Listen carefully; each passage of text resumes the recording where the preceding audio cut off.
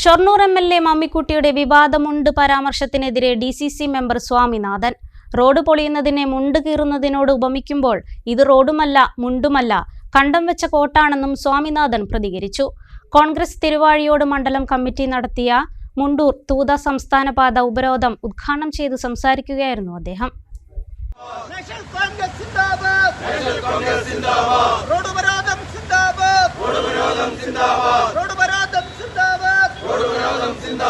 മുണ്ടൂർ തൂത റോഡിലെ അഴിമതിയെക്കുറിച്ച് സമഗ്രമായ അന്വേഷണം നടത്തുക. റോഡ് പണിയിലെ അശാസ്ത്രീയത പരിഹരിക്കുക.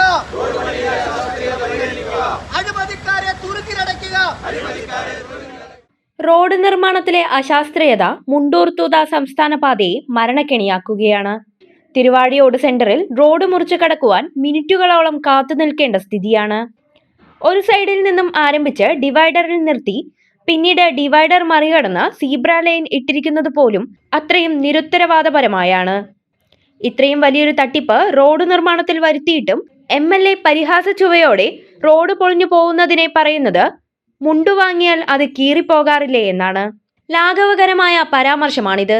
സത്യത്തിൽ ഇത് റോഡുമല്ല മുണ്ടുമല്ല, ഇത് കണ്ടം വെച്ച കോട്ടായിട്ടുണ്ടെന്നും ഡി.സി.സി മെമ്പർ പി. സ്വാമിനാഥൻ പറഞ്ഞു. ഈ തിരുവാഴിയോട് സെന്റർ ഉൾപ്പെടെ ഈ റോഡിൻ്റെ വിവിധ ഭാഗങ്ങളെ ഒരു മരണക്കെണിയാക്കിയിട്ട് മാറ്റിയിരിക്കുകയാണ്. അതിലെ ഏറ്റവും പ്രധാന കാരണം ഈ റോഡ് പണിയിലെ അശാസ്ത്രീയത തന്നെയാണ്. കഴിഞ്ഞ വർഷം ഒരു വീട്ടമ്മ ഈ സെന്ററിൽ ബസ് തട്ടി മരണപ്പെട്ടു. ഇന്നലെ ഒരു ചെറുപ്പക്കാരൻ, ജോലി കഴിഞ്ഞ് വരുന്ന ഒരു ചെറുപ്പക്കാരൻ ലോറി തട്ടിയിട്ട് ഇവിടെ മരിച്ചു. ഈ പ്രദേശത്ത് വാഹനങ്ങൾക്ക് ഓവർ സ്പീഡും അതോടൊപ്പം തന്നെ ഈ റോഡ് പണിയിലെ അശാസ്ത്രീയതയുമാണ് ഇത്തരത്തിലുള്ള അപകടക്കെണിയായി ഈ തിരുവാഴി സെൻറ്റർ മാറിയത്. ഇവിടെ യാത്രക്കാർക്ക് ഈ റോഡൊന്ന് ക്രോസ് ചെയ്യണമെങ്കിൽ മിനിറ്റുകളോളം നിൽക്കേണ്ട ഒരു ഗതികേടാണ്. ഇവിടെ ഒരു സീബ്ര ലൈൻ ഉണ്ട്. ഈ സീബ്ര ലൈൻ ഇട്ടത് നോക്കിയാൽ തന്നെ മനസ്സിലാകാം. ഒരു തലയ്ക്കുന്ന് തുടങ്ങി നേരെ പോയി നിൽക്കുന്നത് ഡിവൈഡറിലാണ്. പിന്നെ ആ ഡിവൈഡർ ചാടി കടന്നിട്ട് വേണം അപ്പുറത്തേക്ക് കടക്കാൻ. ഇത്ര നിരുത്തരവാദപരമായ ഒരു റോഡ് പണി ഈ കേരളത്തിൽ എവിടേക്ക് നിങ്ങൾക്ക് കാണാൻ വേണ്ടി കഴിയില്ല. മാത്രമല്ല, ഈ റോഡ് പണിയിലെ അശാസ്ത്രീയത ചൂണ്ടിക്കാണിച്ചപ്പോൾ ഒരു ഭരണകക്ഷിക്കാരും ഉത്തരവാദിത്തപ്പെട്ടവരും തിരിഞ്ഞു നോക്കിയില്ല എന്ന് മാത്രമല്ല, ഇപ്പം തെരഞ്ഞെടുപ്പ് എടുത്തപ്പോൾ എം.എൽ.എ. ഒക്കെ പ്രസ്താവനയായിട്ട് വരുന്നുണ്ട്. എന്താ എം.എൽ.എയുടെ പ്രസ്താവന?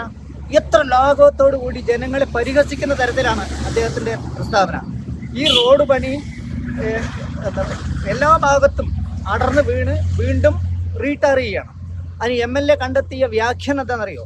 ഒരു പുതിയ മുണ്ട് വാങ്ങിയാൽ ആ മുണ്ട് കീറില്ലേ?